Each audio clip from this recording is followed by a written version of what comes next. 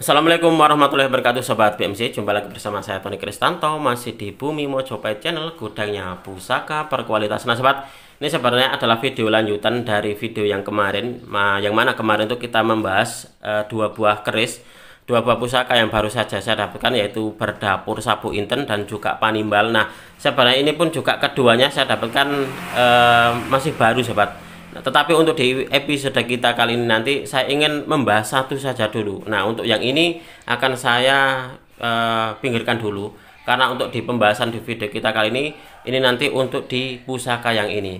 Kenapa saya sendirikan? Jadi gini, pusaka yang ini ternyata dia punya pamor berbeda. Jadi bolak-baliknya ini dibilangnya itu dia berbeda atau bisa dikatakan pamornya pamor selewah. Nah, untuk di warangkanya, kalau Anda melihat meskipun dia warangkanya sangat sederhana sekali ini, kalau untuk saya yang warangka kayak gini sobat biasanya tidak akan saya pakai karena warangkanya apa ya, bisa dikatakan nggak ngeh lah. Jadi kerisnya sebenarnya bagus, jadi pusakanya bagus, dia punya dua pamor unik, tetapi untuk di warangkanya kayak gini. Nah, warangkanya ala kadarnya. Jadi itulah kenapa ini nanti untuk di warangkanya akan dipensiunkan, jadi tidak akan dipakai. Apalagi dia ini, nah dia copot seperti ini sobat. Nah, daripada penasaran seperti apa sih wujud dari pusakanya, nah coba kita akan melihat bersama-sama wujud dari pusakanya ini. Ini pusaka ini saya dapatkan dari salah seorang rekan tosan aji saya dari Tuban sobat. Nah ini kalau Anda melihat untuk di pamor yang ini, dia pamornya adalah pamor bendo segudo. Kalau menurut saya ini adalah pamornya pamor bendo segudo, jadi bulat-bulatan kayak gini. Nah ini seperti ini dan juga hampir menyentuh di pinggir bilahnya. Nah kalau untuk di pamor yang baliknya, dia pamornya seperti ini sobat. Nah jadi dia ada garis-garisnya di bagian tengahnya.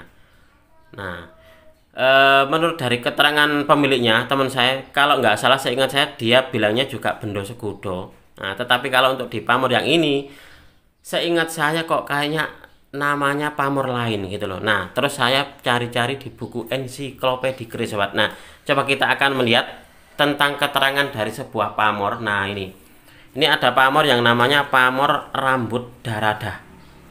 Nah bentuknya seperti ini. Nah jadi dia apa ya, ada garis-garisnya dan di bagian pinggirnya ini dia ada semacam kayak bingkainya. Coba kita akan membaca bersama-sama keterangan dari pamor rambut darada atau rambut parada. Nah adalah salah satu dari motif pamor yang bentuk gambarannya ini mirip dengan pamor adek, tetapi pada jarak tertentu antara 2,5 hingga 3,5 cm terdapat kelukan di pinggir garis pamor itu. Pamor ini tergolong pamor miring dan karena dibuat sesuai dengan rancangan sang empu. Rambut darada ini tergolong pamor rekan.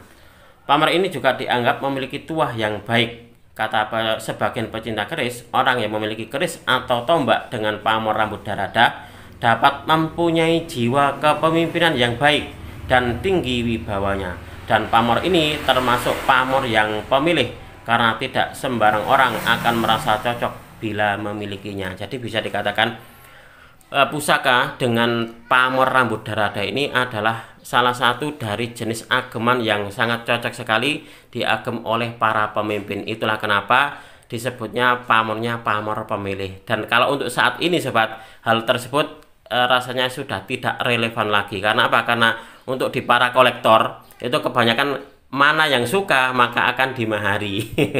Jadi sudah tidak pilih-pilih lagi. Nah apalagi kalau untuk saat ini kan kita membeli atau memahari sudah jadi bukan memesan ke empunya. Nah seperti itu. Sama halnya kayak gini, ini pun juga memilih sobat.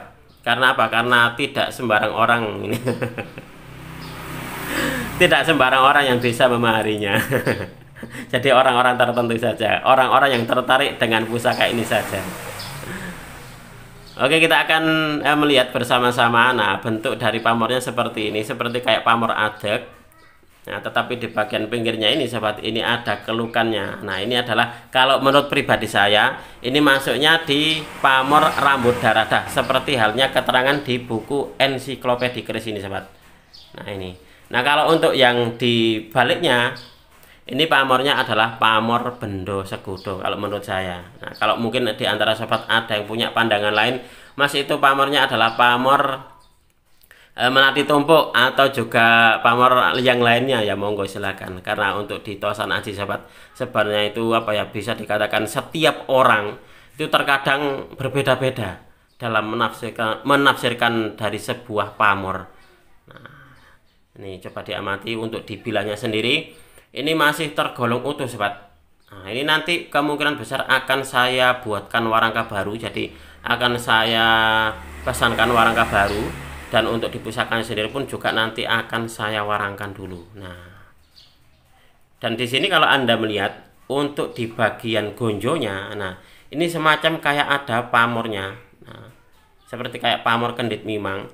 Tetapi di bagian baliknya ini sobat, ini dia tidak ada garisnya. Jadi bolak-balik dari bilah ataupun juga gonjonya ini dia berbeda.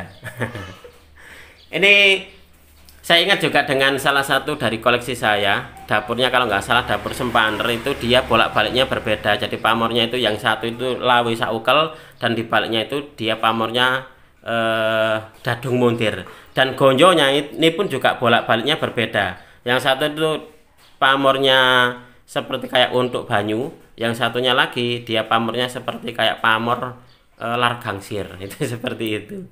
Jadi bukan hanya di bilangnya saja yang dia bolak-baliknya berbeda, dia untuk di gonjonya pun juga sama bolak-baliknya. Nah, bolak-baliknya pun juga dia berbeda sobat. Nah, ini adalah salah satu dari keunikan Tosan Aji Nusantara sobat. Itulah kenapa kita wajib dan juga patut untuk berbangga. Jangan sampai kita malah merusaknya. Nah, merusaknya dengan cara apa? Dengan cara tidak mau atau acuh lah, tidak mau merawat, itu juga salah satu dari pemicu apa ya, rusaknya atau sirnanya dari budaya Tosan Aji. Jangan sampai kayak gitu.